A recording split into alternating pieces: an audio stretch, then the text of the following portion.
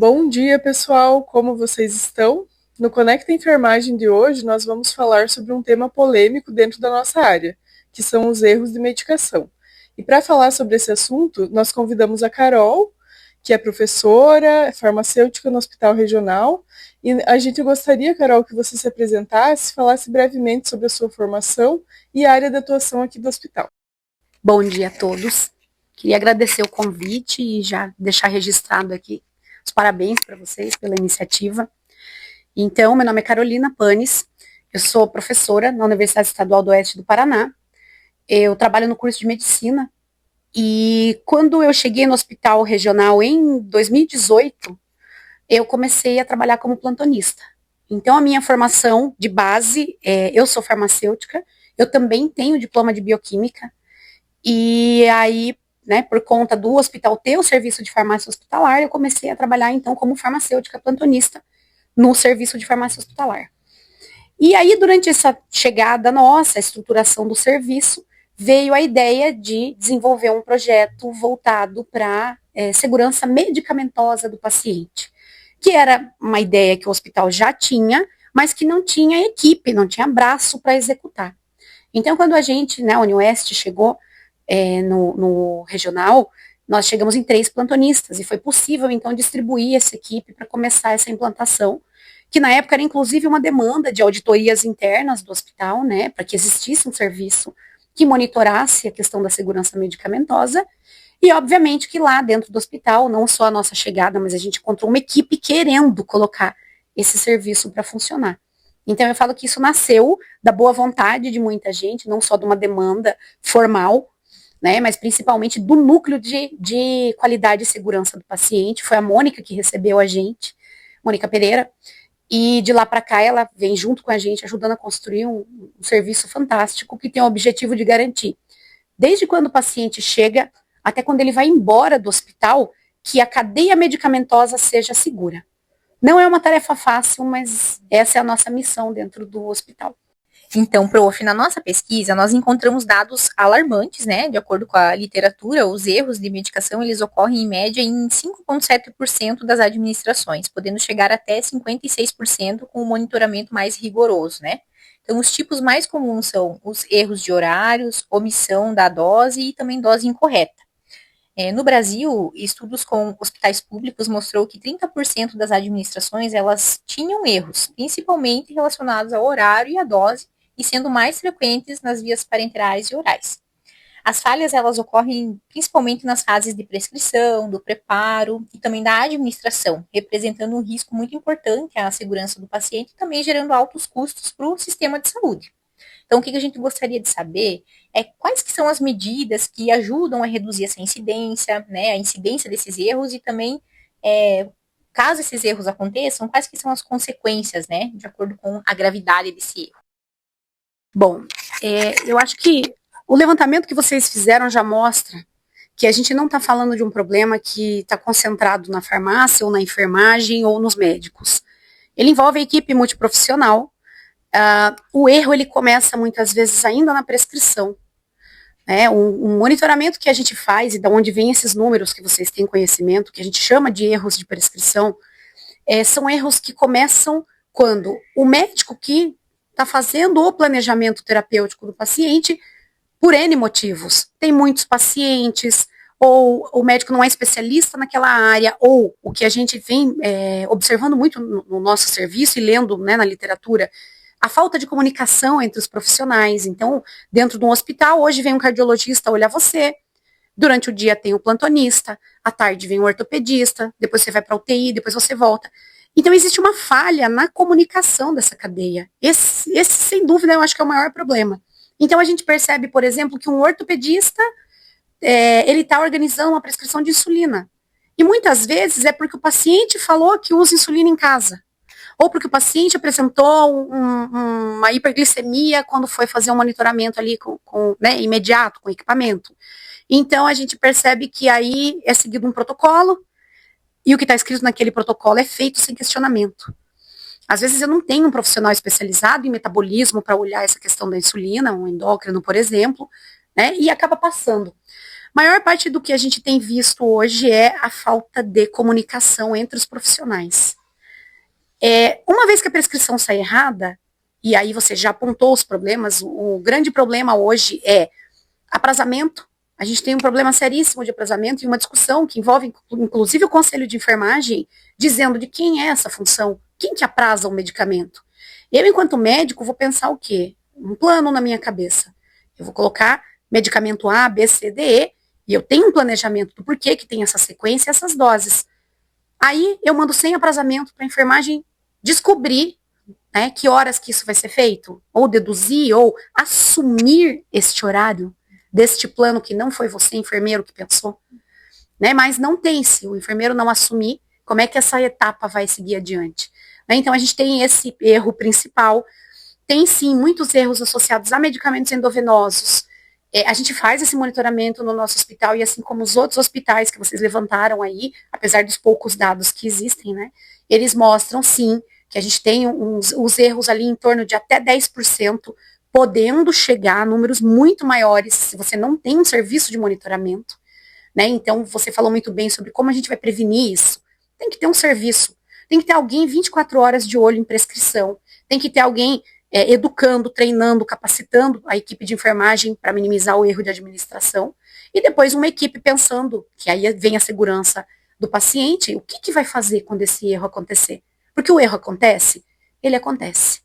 Países como Estados Unidos, países da Europa, onde a gente encontra a maior parte desses dados, eles notificam, eles não têm medo de falar, olha, existe erro e esses erros podem gerar consequências graves, inclusive fatais. Um exemplo que eu vou dar aqui, muito clássico de erro, é quando você tem, por exemplo, uma gestante que tem o sistema RH diferente do filho. Isso é um clássico. Né? A gestante RH negativa, que tem o filho RH positivo e precisa fazer a dessensibilização, né? Lá fazer a imunoglobulina anti-RH, porque senão isso pode comprometer a próxima gestação. Gente, se vocês forem para a literatura, vocês vão ver que tem inúmeros relatos de casos de administrações de imunoglobulina anti-RH no filho e não na mãe. O que acontece se eu fizer um medicamento desse na criança? A criança tem o RH. Se você dá um anti-RH para a criança, você mata a criança. Então, eu estou dando um exemplo extremo para as pessoas entenderem que, sim, erro na cadeia medicamentosa leva até a óbito. Agora, veja, onde que esse erro começou? Ele começa na prescrição. Para quem foi essa prescrição? Foi para a mãe. Mas isso estava claro?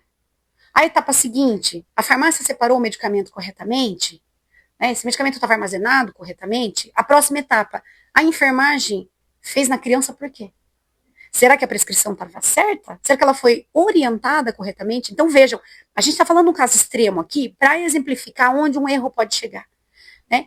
Existe, se vocês forem procurar na literatura e em jornais, tem muitos casos. Vocês já viram casos de administração de contraste, né? Contraste que não deveria ser endovenoso, faz endovenoso, mata o paciente, ou o contrário. Né? Então, assim, são exemplos graves de erro na cadeia medicamentosa. E aí, quando o medicamento é uma dipirona, um paracetamol, parece que a gente perde esse medo. Parece que não tem importância, mas tem. A média de medicamentos que a gente vê nos nossos pacientes que são internados, se for um paciente de UTI, por exemplo, chega a 20, 25 medicamentos. Qual é a chance de ter um erro em algum desses medicamentos, seja na dose, seja na via de administração, seja na frequência? Né? Acontece. Então existe um fator chamado fator humano que erra. O médico erra, o enfermeiro erra, o farmacêutico erra, a cadeia medicamentosa falha por isso. Agora, a gente está falando de uma coisa que acontece, imaginem, passa pelo prescritor, passa pela farmácia, passa pela administração do medicamento, supervisão de enfermagem e vai parar no paciente. E às vezes esse é o ponto final, né? Literalmente, é o fim, a pessoa vai a óbito. Então, a gente precisa pensar que esse processo é responsabilidade de todo mundo, que a gente hoje trabalha quantificando esses erros e principalmente educando, que eu acho que é o ponto, né, o segundo ponto que você colocou. Não adianta levantar o problema e não resolver. A maior parte dos hospitais não tem esse numérico. O fato de vocês não terem visto dado na literatura é porque não existe. As pessoas não publicam esses dados, porque olha o nome, gente, erro. Quem é que quer saber de erro? Mas a saúde pública só vai conseguir ficar melhor se a gente identificar esses erros e puder né, atuar consertando, resolvendo isso. Então, a partir desses dados que a gente faz o levantamento no hospital, nós notificamos os prescritores sobre esses erros, dizendo o que tem que ser feito, por que a gente precisa sinalizar a prescrição, por que a gente tem que ter paciente certo, a hora certa, medicamento certo, né, os N certos hoje que a segurança do paciente trabalha. A gente fala muito sobre isso. A gente promove treinamentos com a enfermagem, falando justamente sobre esses casos que eu dei exemplo aqui. Insulina, que são chamados de medicamentos potencialmente perigosos, né? Esses são os piores. Mas a gente faz treinamentos práticos, a gente vai em loco conversar com as equipes para entender qual é a demanda, por que está acontecendo o erro, como é que a gente minimiza. Eu colo uma etiqueta nessa ampola, eu mudo esse medicamento, mudo a cor da caixinha, o que a gente pode fazer? Então, existe uma tentativa, e a enfermagem tem uma participação muito importante nisso, enorme. Eu não vejo isso funcionando sem a cadeia da enfermagem, porque é na enfermagem que vem a tentativa de arrumar essa prescrição, de ajustar esse horário, a comunicação com a farmácia, porque o medicamento que foi está incorreto, porque sim, pode ocorrer dispensação incorreta, ampolas muito parecidas, né? Hoje a rotina de hospital é essa, é tudo muito padrão. Então, assim, a tarefa, a responsabilidade de resolver isso está na mão da enfermagem. Então, a gente precisa treinar muito bem, capacitar muito bem essa equipe, que tem tantas atribuições, e que ainda tem que contar com o nosso conhecimento, os farmacêuticos aqui detêm conhecimento sobre a cadeia medicamentosa, né, mas vocês têm que receber esse treinamento também, para que a gente garanta que lá na ponta, que a barreira são vocês, não aconteça um episódio grave.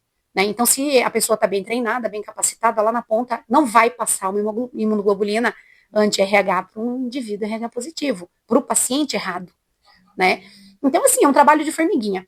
O nosso hospital começou em 2018 esse trabalho, com essa demanda que veio do núcleo de segurança, e a gente, ao longo desses 7 anos, recebeu a visita de vários órgãos do Estado ou federais que queriam conhecer um pouquinho sobre o nosso trabalho. Eu tive a oportunidade de falar sobre esse trabalho 2 vezes com essas equipes, e o retorno deles foi muito bonito, porque eles disseram que não tinham visto ainda um hospital fazendo esse trabalho na prática, do jeito que a gente faz, que engloba a cadeia inteira, da entrada do paciente até a saída. Nosso trabalho não é perfeito, falta gente, falta braço, mas com a equipe que a gente tem hoje, a gente já mudou o cenário da segurança medicamentosa do nosso hospital. Né? E a gente espera que, de repente, daqui 7 anos, se a gente voltar aqui na conversa com vocês, a gente possa contar que isso está funcionando 24 horas por dia e funcionando muito bem. A partir da tua fala, Carol, fica claro para nós a importância de todos os profissionais que estão envolvidos nesse processo, desde a prescrição médica, a liberação da farmácia, a checagem no recebimento, até a administração. Todos esses processos, eles necessitam de muita atenção e cuidado para evitar principalmente os danos ao paciente e também as consequências que irão refletir posteriormente, né, no profissional técnico que administrou e nos enfermeiros responsáveis pela equipe. Sim, a partir do momento que a equipe tem essa visão de que a responsabilidade e esse trabalho é multiprofissional, metade desses números que vocês estão citando aqui, eles desaparecem. Depois que a gente começou a fazer esse trabalho no hospital, de educação, treinamento, capacitação, diluição de medicamento, começou a levantar essas conversas, a gente ganhou muito respeito da equipe multiprofissional, principalmente da enfermagem. A gente passou, enquanto farmácia, a ser visto como um setor muito útil, onde você pode chegar, tirar dúvida. Eu quero saber se o medicamento precipita, como é que eu faço diluição, posso fazer isso, não posso. Né? A gente percebe que a abertura que a gente deu para o hospital foi importante. Os setores onde a gente vai hoje fazer treinamento, todo mundo quer receber essas capacitações, todo mundo quer informação. Então a gente vê que a enfermagem é muito aberta, né, a ter conhecimento, muito conhecimento. E funciona. Porque se a gente pegar os números que a gente tinha no início dessa proposta e os números que a gente tem hoje, fica muito claro que toda vez que a gente capacita, a gente reduz um problema. E toda vez que esse problema volta a aparecer, porque o hospital tem rotatividade de equipe, né, a gente já sabe, olha, o nosso problema hoje está na insulina. Então a gente desenha um treinamento para insulina. O que acontece?